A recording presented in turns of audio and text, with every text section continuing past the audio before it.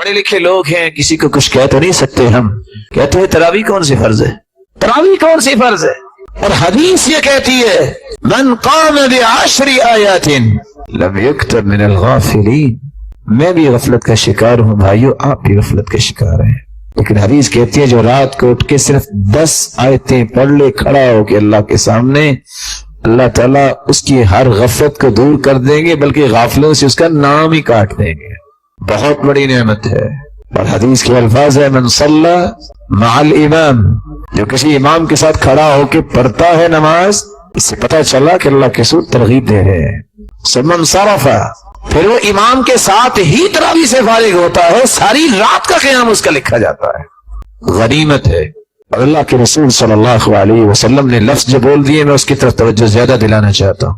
मन साम रमज़ान ईमानन वहतिसाबन गुफ़िर लहु मा तक़द्दम मिन ज़न्बिही व मन क़ाम रमज़ान ईमानन वहतिसाबन गुफ़िर लहु मा तक़द्दम मिन ज़न्बिही।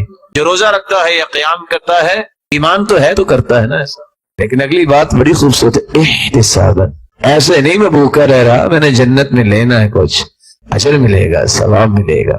आएगा एक खूबसूरत शक्ल में आने वाला क़यामत के दिन, जब इंसान कब्र से निकलेगा, पूछेगा अंत मन अंत वजहुका, तेरा चेहरा कितना अच्छा है, तू हो कौन? कहेगा अना अमलुका सालिह, मैं तेरा नेक अमल हूं।